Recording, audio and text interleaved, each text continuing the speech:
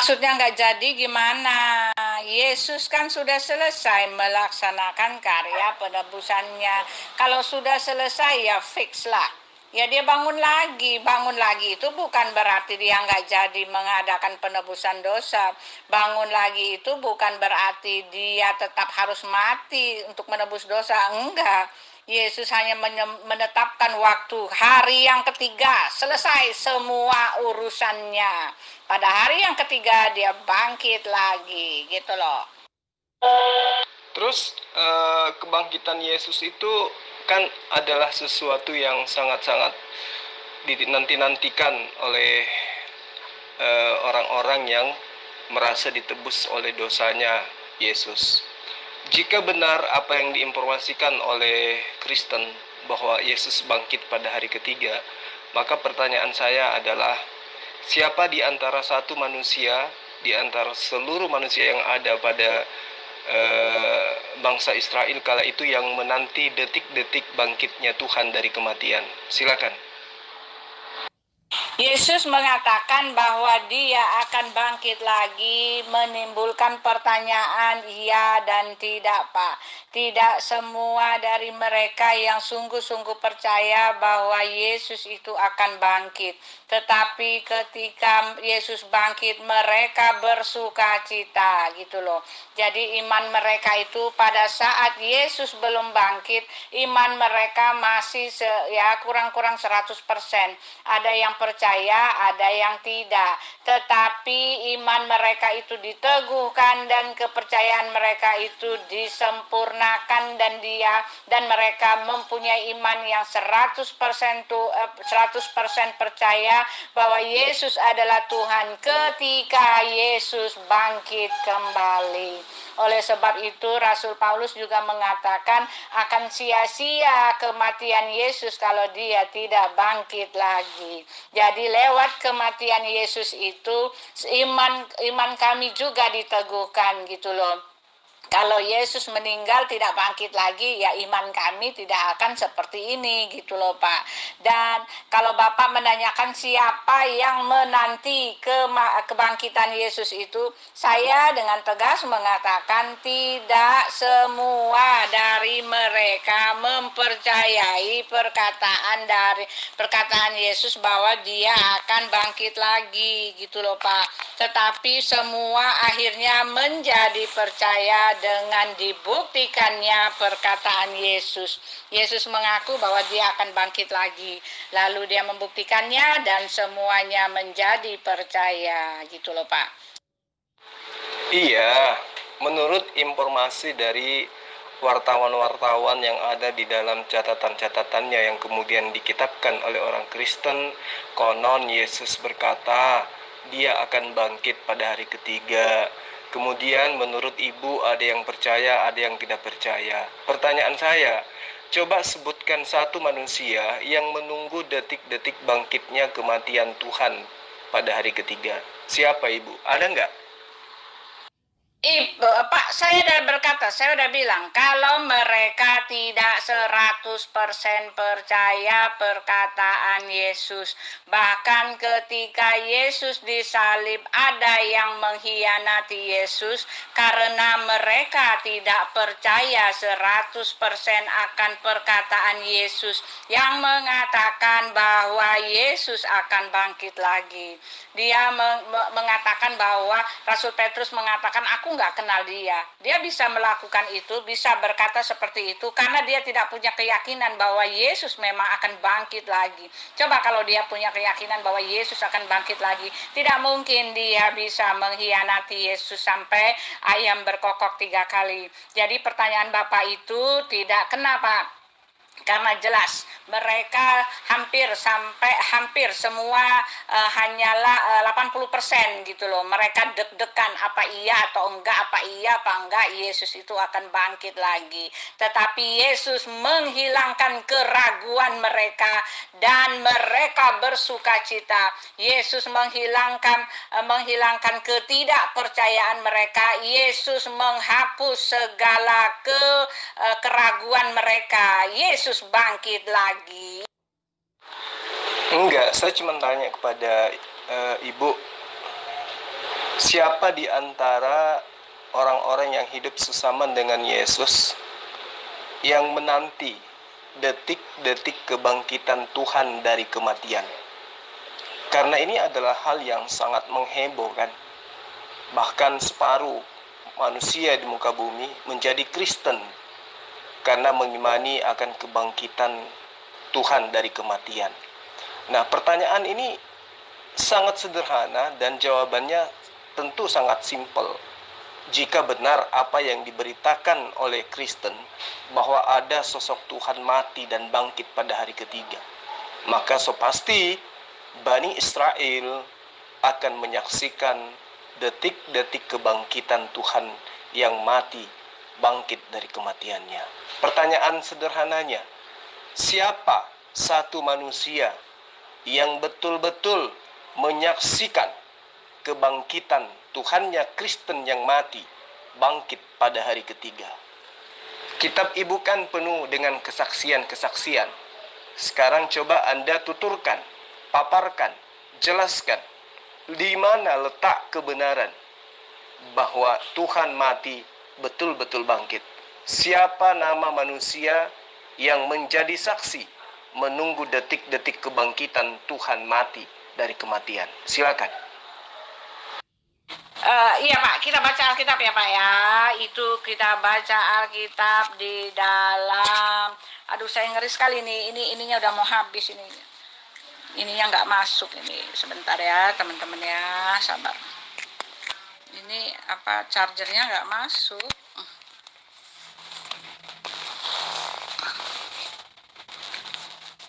Ya Tuhan Yesus tolong supaya Tuhan berkati ya.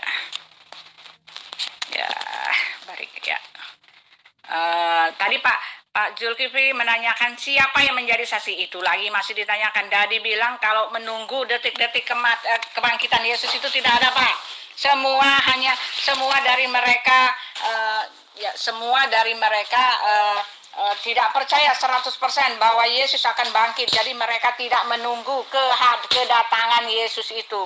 Mereka tidak menunggu-nunggu, tidak menyangka dan tidak berharap gitu loh. Mereka tidak berharap akan kedatangan Yesus karena mereka 80% lah, tidak semua. Tetapi ketika Bapak mengatakan mana buktinya Yesus itu bangkit, kan banyak Pak di dalam kitab di dalam ini nih, Yesus dikuburkan, Yesus menampakkan diri. Nah, kebangkitan Yesus itu ada di dalam Yohanes 20, ada tercatat Pak. Pada hari pertama minggu itu pagi-pagi bedan ketika hari masih gelap, pergilah Maria Magdalena ke kubur itu dan melihat bahwa batu itu telah diambil dari kubur.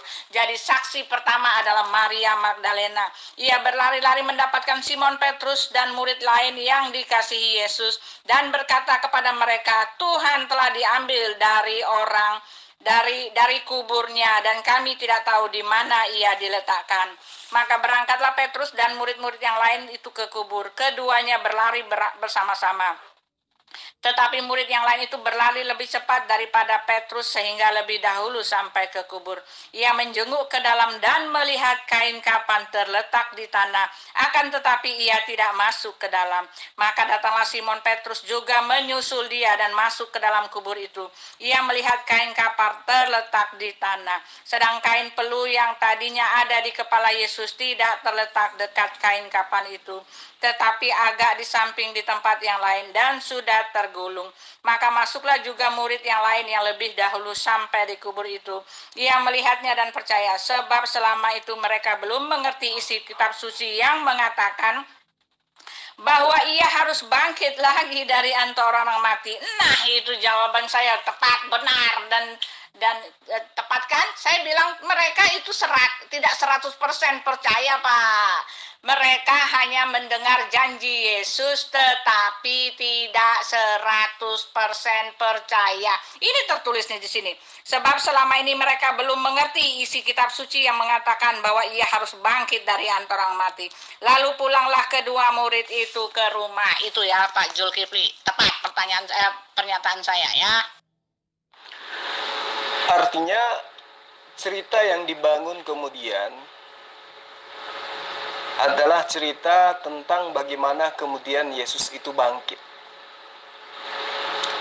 Namun tidak ada satu orang pun yang menunggu detik-detik kebangkitan Tuhan dari kematian. Ini bukti yang sangat nyata bahwa cerita tentang kebangkitan itu adalah cerita yang dibangun atau dibuat belakangan. Sedangkan Yesus di dalam pengajarannya selama kurang lebih 3 tahun tidak pernah menanamkan sebuah konsep bahwa kelak dia akan mati, dibunuh, dan bangkit pada hari ketiga. Yang memberitakan tentang kebangkitan Yesus adalah Paulus di dalam 1 Korintus 15 ayat 12 sampai ayat 22, pengarang Matius 27 ayat 62 sampai 66, dan juga di Matius 28 ayat 11 sampai ayat 15. Itu yang menceritakan tentang kebangkitan Yesus. Tetapi Yesus tidak pernah menceritakan tentang dirinya. Adalah Tuhan yang datang untuk menebus dosa, dibunuh, kemudian bangkit pada hari ketiga. Yesus tidak menggaris bawahi pokok inti ajarannya bahwa kedatangannya adalah sebagai Tuhan yang menjelma menjadi manusia untuk kemudian dibunuh untuk menebus dosa seluruh umat manusia. Jika benar konsep yang diajarkan oleh Kristen hari ini, bahwa siapa yang percaya Yesus bangkit dari kematian untuk menebus dosa manusia, maka dia akan diselamatkan. Maka tentu seluruh Bani Israel, ketika Yesus sudah mengajarkan itu dahulu kala, maka seluruh Bani Israel akan menunggu detik-detik pembuktian akan bangkitnya Tuhan mati. Tapi faktanya ibu sendiri mengakui bahwa tidak ada satupun manusia yang menunggu detik-detik di mana hal tersebut seharusnya seluruh manusia pada saat itu ingin membuktikan betulkah Yesus itu adalah Tuhan yang datang untuk menebus dosa kita. Faktanya ibu mengakui nggak ada kan? Berarti cerita tentang kebangkitan Yesus itu tersusun dengan rapi jauh setelah Yesus itu terangkat ke langit.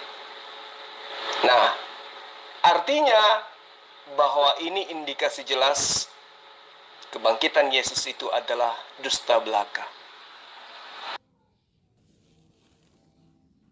Zulkifli, maaf Pak, Yesus itu bangkit dari antara orang mati justru sudah dinubuatkan ratusan tahun sebelumnya.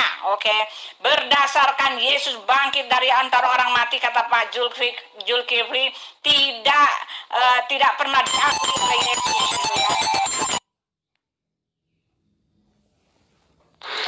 Justru kalau memang sudah dinubuatkan, akan mengakibatkan seluruh umat Bani Israel menunggu detik-detik kebangkitan Yesus. Kalau memang sudah dinubuatkan, mereka akan pasang tenda, bikin kemah, pokoknya nginap di sekitar pemakaman Yesus untuk menunggu detik-detik pembuktian jika benar ada nubuatan Tuhan datang, mati, dibunuh, kemudian bangkit pada hari ketiga. Tapi semua itu hanyalah sebuah cerita yang berasal dari gereja. Iya kan? Informasi-informasi itu hanya ada datang dari gereja. Datangnya dari Eropa. Sementara tanah Yudea, tanah Galilea, ya, tanah Nazaret, Israel tidak memiliki cerita turun-temurun adanya hal yang diimani oleh orang-orang Kristen. Jadi saya mengatakan kebangkitan Yesus itu adalah delusi, ilusi, angan-angan belaka, hanya doktrin. Pembuktian kebohongan itu bisa kita lihat dari saat sekarang. Ibu mengatakan sudah dinubuatkan, berarti Bani Israel yang paham akan kitab Tanak mengetahui akan adanya Tuhan bangkit dari kematian. Karena itulah kemudian mereka akan menunggu detik-detik kebangkitan Tuhan dari kematian. Faktanya, ibu mengatakan tidak ada satupun manusia yang menunggu detik-detik kebangkitan Yesus.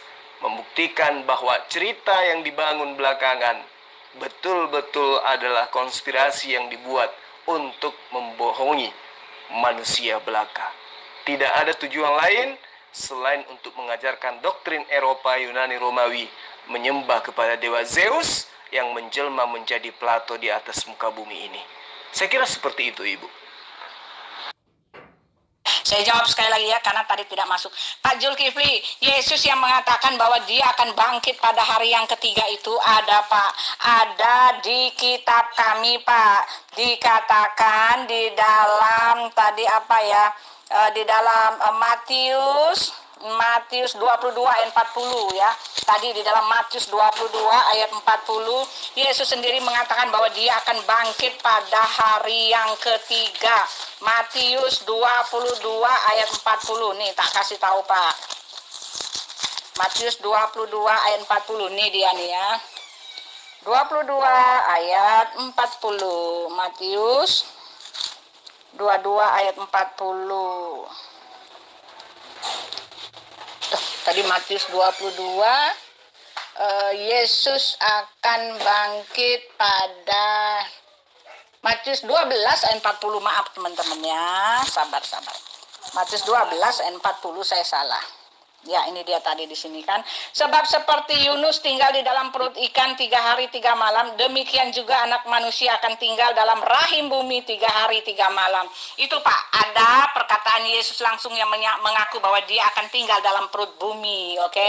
Lalu pernyataan nubuatan dari Nabi Yesaya pun mengatakan bahwa Yesus itu akan bangkit lagi. Penebus itu akan bangkit lagi. Ini ada lagi di dalam Matius 16.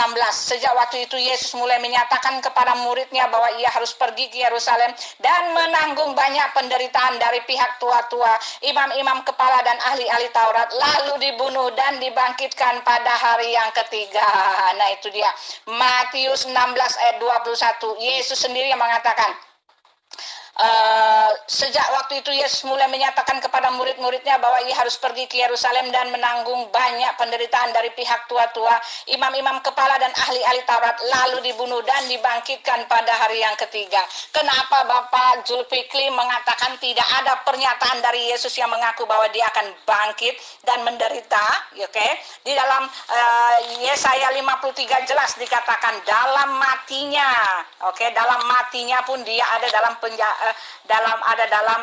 penjahat-penjahat dianggap penjahat dan umurnya akan lanjut gitu loh Pak. Dan soal aplikasi siapa yang menunggu kebangkitan Yesus itu tidak bisa Bapak jadikan dalil, karena sekali lagi saya mengatakan tidak semua orang mempercayai bahwa Yesus itu akan bangkit, tetapi Yesus mematahkan keraguan mereka. Yesus memberikan keyakinan yang pasti bahwa dia bangkit dan dia memang adalah Tuhan sesuai dengan pengakuannya. Oke? Itu yang saya katakan tadi, Bu. Kalau Ibu mencocok-cocokkan kitabnya Bani Israel yang paham bahasa Aram, Ibrani, Hebrew, maka tentu mereka akan menunggu detik-detik kebangkitan Yesus dari kematian. Tapi faktanya kan tidak. Berarti Anda salah mengambil kitabnya orang untuk kemudian dijadikan sebagai acuan. Cocokologi itu namanya, Bu. Lalu kemudian Ibu mengatakan Matius 12 ayat 40. Konon ceritanya itu adalah perkataan Yesus. Coba kita telaah, Bu. Kita telaah dengan menggunakan analisa yang sederhana. Di terjemahan baru 1974 dikatakan gini.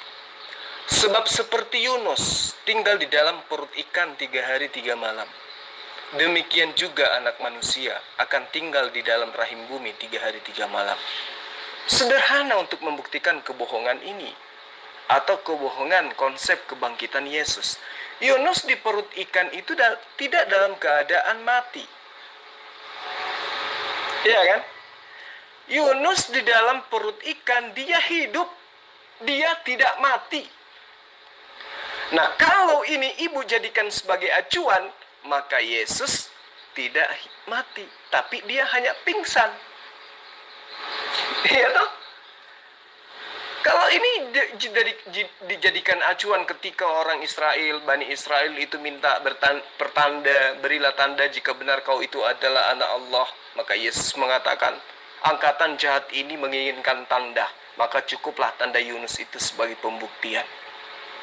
Nah, ketika benar ini adalah ucapan Yesus, sebab seperti Yunus tinggal di dalam perut ikan 3 hari 3 malam, berarti Yesus tinggal di dalam perut bumi 3 hari 3 malam pun tidak dalam keadaan mati. Kalau tidak mati, berarti tidak bangkit. Kalaupun dia bangkit, berarti bangkit dari pingsan. Iya kan? Kalau ibu jadikan acuan, Matius 12 ayat 40, Yunus itu tidak pernah mengalami kematian di dalam perut ikan. Kedua, Yesus matinya malam Sabtu, tidak mencapai apa yang dinubuatkan oleh Yesus di dalam, apa yang dipercontohkan Yesus dalam Matius 12 ayat 40, 3 hari 3 malam. Maria sang istri pada subuh hari ya buru-buru ke pemakaman Yesus dan tidak lagi menemui Yesus di sana. Artinya tidak sampai 3 hari 3 malam. Bertentangan dengan tanda Yunus yang ada di Matius 12 ayat 40 itu. Jadi kita tidak bisa memaksakan. Makanya untuk supaya lebih menetralkan, benarkah kebangkitan itu ada? Maka ayo kita kritik sejarah. Benarkah pada masa itu ada murid-muridnya yang menunggu? Jangan muridnya deh, Bani Israel yang paham kitab Yesaya lengkap dengan original teksnya yang ibu katakan di sana ada nubuatannya. Maka tentu sang pemilik kitab akan menunggu detik-detik kebangkitan Tuhan Yesus. Kenapa? Karena di tengah-tengah mereka Yesus datang mengaku sebagai Allah, dalam arti kata sebagai penyampai firman. Sampai Yesus lempari batu kan. Namun Yesus klarifikasi bahwa bukankah di dalam kitab Tauratmu siapapun yang diperintahkan untuk menyampaikan firman Tuhan, maka dia adalah Tuhan. Mujizat dilakukan oleh Yesus, membangkitkan Lazarus, membuat orang lumpuh berjalan, orang buta melihat, dan seterusnya dan seterusnya. Air menjadi anggur dan seterusnya. Satu roti untuk memberi makan kepada ratusan manusia dan seterusnya. Artinya hal-hal yang terjadi pada diri Yesus dikagumi, mengagumkan, menakjubkan orang-orang yang hidup pada zaman itu. Dan andai saja tentang kebangkitannya Yesus pun sampaikan kepada Bani Israel, percayalah bahwa seluruh manusia pada zaman itu akan menunggu detik-detik kebangkitan Tuhan dari kematian. Tapi faktanya tidak ada satupun manusia yang menunggu detik-detik kebangkitan Yesus. Malah Maria datang menuduh siapakah yang mencuri mayat Tuhan kita. Dikatakan mayat dicuri karena hilang dari pemakaman. Harusnya Maria senang. Oh alhamdulillah, puji Tuhan, ternyata Tuhan kita betul-betul bangkit. Tapi faktanya, dia malah menuduh Tuhannya, mayat Tuhannya orang Kristen maksud saya, dicuri oleh perampok, oleh maling. Ini bukti fakta sejarah yang tidak bisa dibohongi, bahwa tentang kebangkitan seorang anak manusia yang dituhankan kemudian oleh orang Kristen itu adalah hanya halusinasi belaka. Tidak ada bukti yang bisa dijadikan sebagai acuan kebenaran. Bang, itu kan di Yunus 3 hari 3 malam. Nah, kebangkitan Yesus malam hari, ya, apa besoknya, Bang? Kalau besoknya itu berarti 4 hari itu Yesus tuh.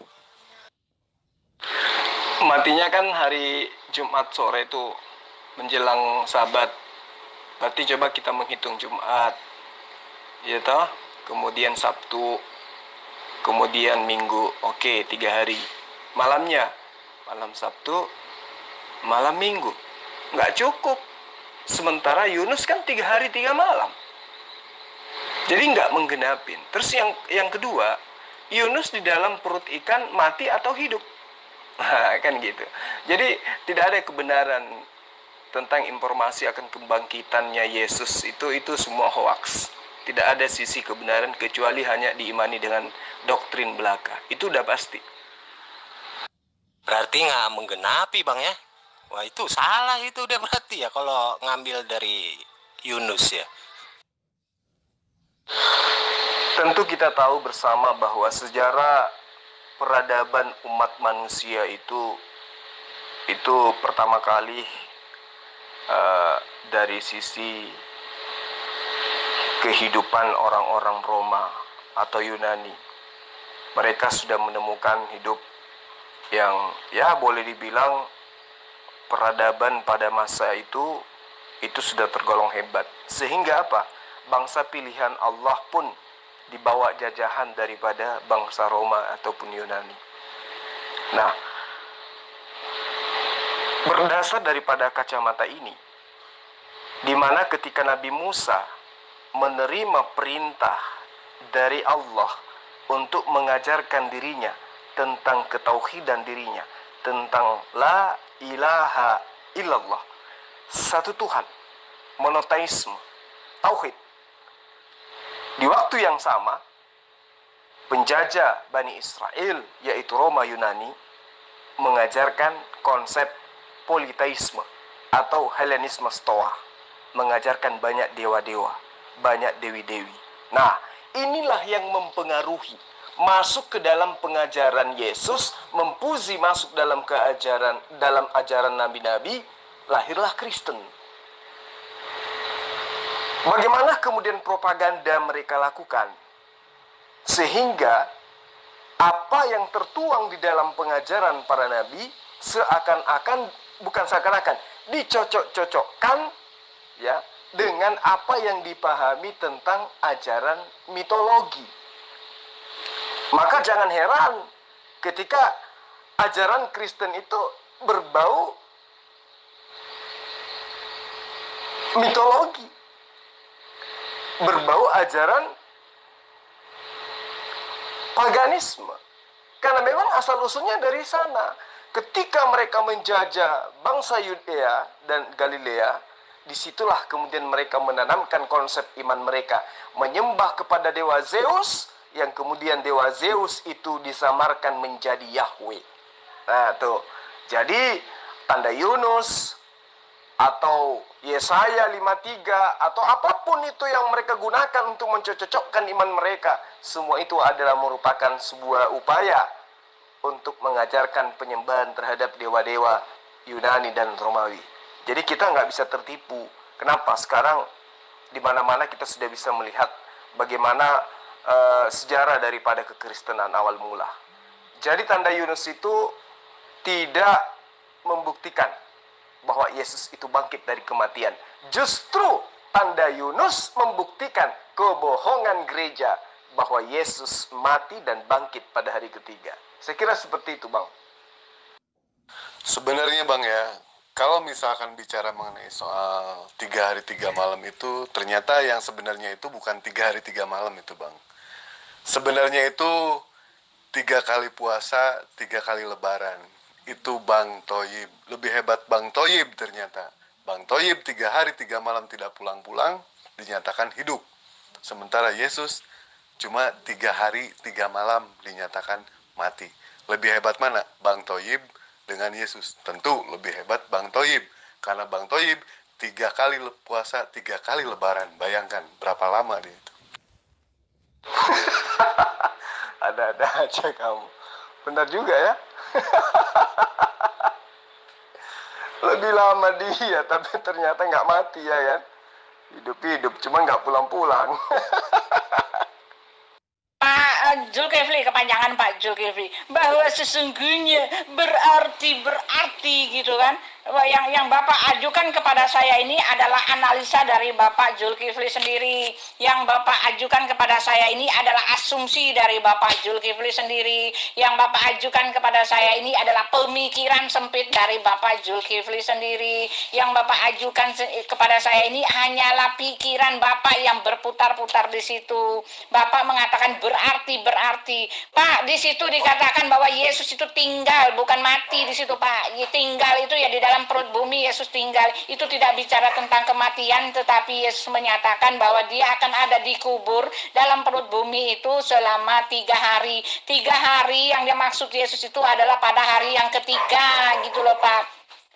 Yang dimaksudkan di situ adalah pada hari yang ketiga, dan Bapak memaksa kalau itu adalah kejadian besar. Yesus mengakui dan orang-orang melihat akan kitab Yesaya itu, orang-orang menunggu hari kedatangannya. Pak, pada saat itu Yesus itu dia itu disalibkan itu karena orang-orang tidak percaya akan perkataan Yesus. Boro-boro mereka menunggu. Orang-orang Yahudi itu justru tidak percaya bahwa Yesus itulah yang menjadi penggenapan. Ngapain mereka menunggu? Boro-boro mereka menunggu gitu loh Pak. Kalau Bapak pakai berarti Yesus itu disalibkan karena mereka tidak percaya bahwa pengakuan Yesus yang mengatakan bahwa dia adalah anak Allah. Jadi bagaimanapun apapun yang Yesus katakan yang mereka nggak percaya. Ngapain mereka menunggu-nunggu? Itu loh Pak. Kalau logika Bapak itu dipakai gitu loh. Jangan berarti gitu loh. Jadi ngawur. Apa yang Bapak paksakan itu adalah pemikiran Bapak sendiri.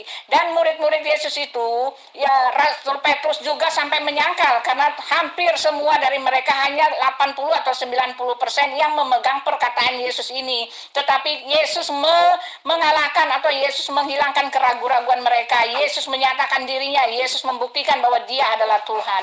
Bapak mengatakan bahwa Yesus tidak pernah mengaku Tuhan. Oh maaf Pak, dengan mengaku dirinya adalah anak Allah itu artinya dia mengaku Tuhan. Yesus itu dibatikan, dibunuh, itu dianggap menista Tuhan karena dia mengaku anak Allah gitu loh Pak. Karena orang Yahudi itu tahu arti anak Allah itu artinya Tuhan Allah. Yesus mengatakan bahwa dirinya adalah Allah, karena anak Allah buat orang Yahudi itu, anak Allah bagi Yesus yang adalah Mesias itu adalah Tuhan Allah gitu loh Pak. Tetapi mereka tidak percaya bahwa Yesus mengaku Tuhan Allah. Kalau mereka percaya tak mungkin Yesus disalibkan gitu loh Pak. Itu aja pernyataan saya yang telak buat Pak Zulkifli yang suka ngomong berarti gitu loh. Pak, hari ini udah ya, saya sudah selesai. Besok kita lanjutkan lagi. Sudah sangat malam, sudah setengah 10. Saya off dulu ya Pak ya. Sudah terlalu lama ya. Nanti kita lanjutkan lagi. Ada Budini tinggal satu lagi nih. Setelah ini Budini saya pamit ya. Ini kita berbicara mengenai Tuhan. Siapapun kita, apapun latar belakang pendidikan kita, apapun agama kita, ketika berbicara tentang Tuhan, maka itu berbicara tentang esensi yang maha dahsyat, maha kuasa, maha perkasa, maha kuasa, dan seterusnya. Saat ini, kita masih diributkan dengan sosok yang namanya COVID-19. Sebuah virus yang sangat kecil yang tidak bisa dilihat oleh mata, tetapi menghebohkan seluruh dunia. Virus COVID-19 membekukan kehidupan dunia. Bukan cuma di Indonesia, dunia. Bagaimana dengan Tuhan? Lahir, mati, bangkit. Tidak ada yang tahu. Satu orang pun yakin. Jadi Ibu Uti, cobalah Anda menggunakan akal sehat. Andai saja kebangkitan Yesus itu benar, selaku manusia saja, maka itu akan menjadi sebuah cerita secara turun-temurun bagi keturunan Bani Israel. Faktanya kagak, kenal Yesus pun tidak mereka. Ibu kesana, tanya, Anda kenal Yesus? No. Pasti dia mengatakan seperti itu. Nah, apalagi ketika ibu mengatakan Tuhan yang bangkit dari kematian. Yesus aja yang adalah manusia biasa bangkit dari kematian, nggak ada yang menunggu. Apalagi Tuhan. Ya. Bagaimana mungkin sosok Tuhan mati? Kemudian tujuan kematiannya adalah untuk menebus dosa manusia. Lalu bangkit. Tidak ada satupun manusia yang menunggu detik-detik kedatangannya. Mustahil jika itu adalah sebuah kenyataan yang pernah terjadi. Mustahil keadaannya akan seperti itu. Mustahil. Jangan terlalu jauh. Presiden Jokowi ketika dia bertandang ke Amerika misalnya. Begitu dia pulang dari Amerika, bandara heboh. semua pergerakan kendaraan dihentikan. Kenapa? Sang presiden dijemput. Apalagi ini sang Tuhan bangkit dari kematian untuk menghapuskan seluruh dosa manusia, agar manusia terselamatkan seperti imannya orang Kristen, mati masuk surga. Tentu Bani Israel lebih dulu menunggu detik-detik kebangkitan Yesus. Tapi faktanya, ibu yang petenteng tidak mampu menunjukkan satu manusia pun yang menunggu detik-detik kebangkitan Yesus. Justru Yesus yang ibu katakan bangkit tidak dipercayai oleh murid-muridnya, oleh orang yang sesama dengan dia. Tidak dipercayai kalau dia bangkit. Sampai apa yang terjadi? Ketika di dalam Lukas 24 ayat 36, Yesus tiba-tiba berada di tengah-tengah mereka. Assalamualaikum, Islam bagi kalian semua, kata Yesus. Islam buat kalian semua. Murid-murid terperanjat, kaget mereka. Karena kenapa? Karena mereka mengira melihat hantu. Nah, andai saja Yesus ketika dia menjadi dosen, menjadi profesor Taurat kepada Bani Israel, di perkuliahannya mengajarkan dia akan mati dan bangkit, maka murid-muridnya tidak akan kaget mengira melihat hantu. Tetapi murid-muridnya akan kegirangan. Alhamdulillah, haleluya, kita telah ditebus dari dosa waris karena Tuhan kita telah bangkit. Tapi apa yang terjadi? Yesus malah tidak dipercayai, dikirain dia hanya hantu. Sehingga Yesus berkata, ada apa dengan kalian? Bukankah kau melihat aku ini? Inilah aku, lihat tanganku, lihat kakiku. Kalau nggak percaya, kasih aku ikan goreng, makan ikan goreng itu. Kasih aku madu, minum madu itu. Yesus membuktikan dirinya Tuhan atau bukan? Yesus membuktikan dirinya Tuhan dengan makan ikan goreng atau membuktikan dirinya tidak mati? Yesus sedang membuktikan bahwa dia tidak mati. Kembali ke tanda Yunus, 3 hari 3 malam, tidak mati di dalam perut ikan, maka Yesus pun tidak mati. Itu yang perlu ibu pahami. Nah, kalaupun ibu ngotot mengatakan, tidak, Yesus itu bangkit. Buktikan siapa satu manusia yang menunggu detik-detik kebangkitan Tuhannya orang Kristen dari kematian. Sebut nama dan apa kisahnya. Silakan. Ya, besok saya datang lagi, Bu. Maaf, Bu. Saya udah ngantuk, Bu. Maaf ya. Bye-bye. Para sahabat sekalian, apa yang saya sampaikan kepada Ibu Uti ya, Uti Wawamena ya, kaitannya tentang kebangkitan. Sebenarnya itu adalah hal yang paling mendasar di dalam iman Kristen. Karena kenapa? Tanpa kebangkitan, maka Kristen itu tidak akan ada. Karena hanya dengan kebangkitanlah kemudian Yesus itu dijadikan sebagai Tuhan. Perlu kita ketahui bersama bahwa ajaran dewa-dewi yang datang menjelma menjadi manusia itu jauh sebelum Kristen itu diproklamirkan sebagai sebuah sekte atau ajaran. Itu sudah ada. Sebelum Masehi ajaran Kristen itu sudah ada. Tapi dalam bentuk Helenisme. Nah, maksudnya bahwa ajaran merayakan tanggal 25 Desember Tuhan mati menebus dosa manusia, bangkit pada hari ketiga dan seterusnya. Itu adalah ajaran mitologi yang sudah diajarkan oleh Roma dan Yunani jauh sebelum Masehi. Nah, ketika datang menjajah wilayah Israel yang sudah menganut ajaran penyembahan terhadap Allah atau Eloh atau Elohim, itu mereka karena saking berkuasanya mengambil ajaran jajahan mereka, kemudian mereka satukan, mereka padukan dengan ajaran yang mereka anut jauh sebelum Masehi, yang mereka memang sudah anut. Sehingga jangan heran ketika ajaran saudara kita Kristen itu ke Yunani-Yunanian, ke Romawi-Romawian. Meskipun dibungkus dengan istilah-istilah Bani Israel atau istilah-istilah Timur Tengah, termasuk istilah-istilah Al-Quran. Nah, itu untuk menutupi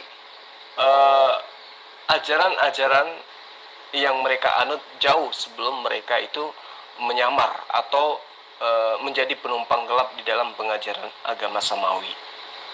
Ini fakta sejarah yang tidak bisa dipungkiri bahwa Israel, Yudea atau Galilea memang pernah dijajah oleh Roma yang menganut ajaran paganisme, menganut ajaran penyembahan terhadap dewa-dewi.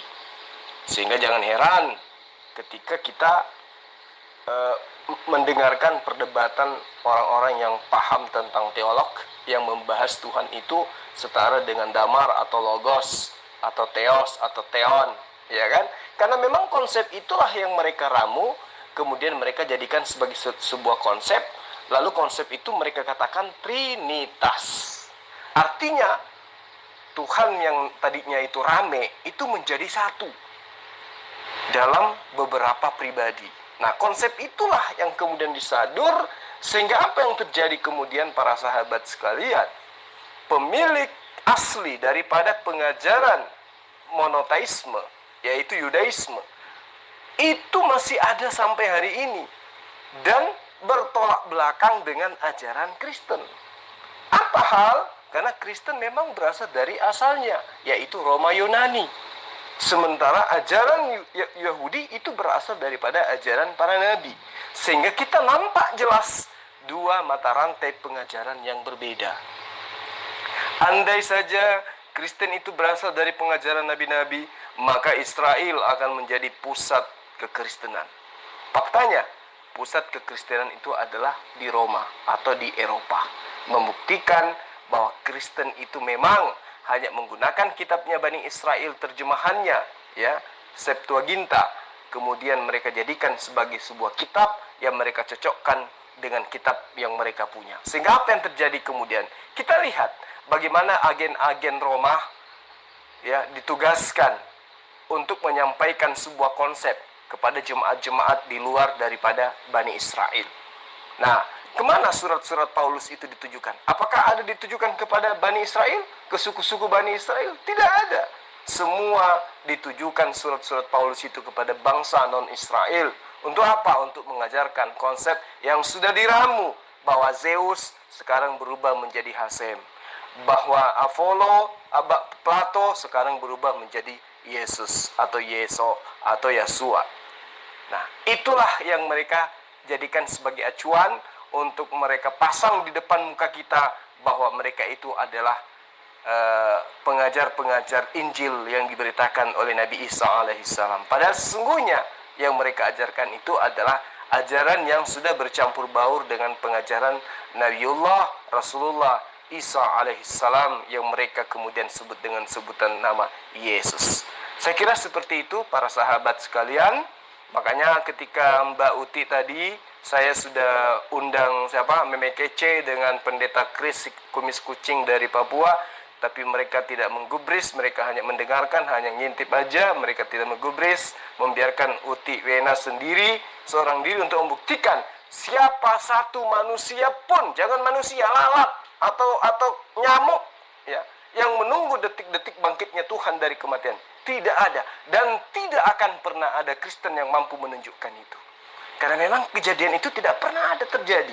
Kejadian itu kemudian dibentuk ceritanya nanti setelah konsili di abad ketiga tahun 325 Masehi. Itu yang perlu para sahabat ketahui.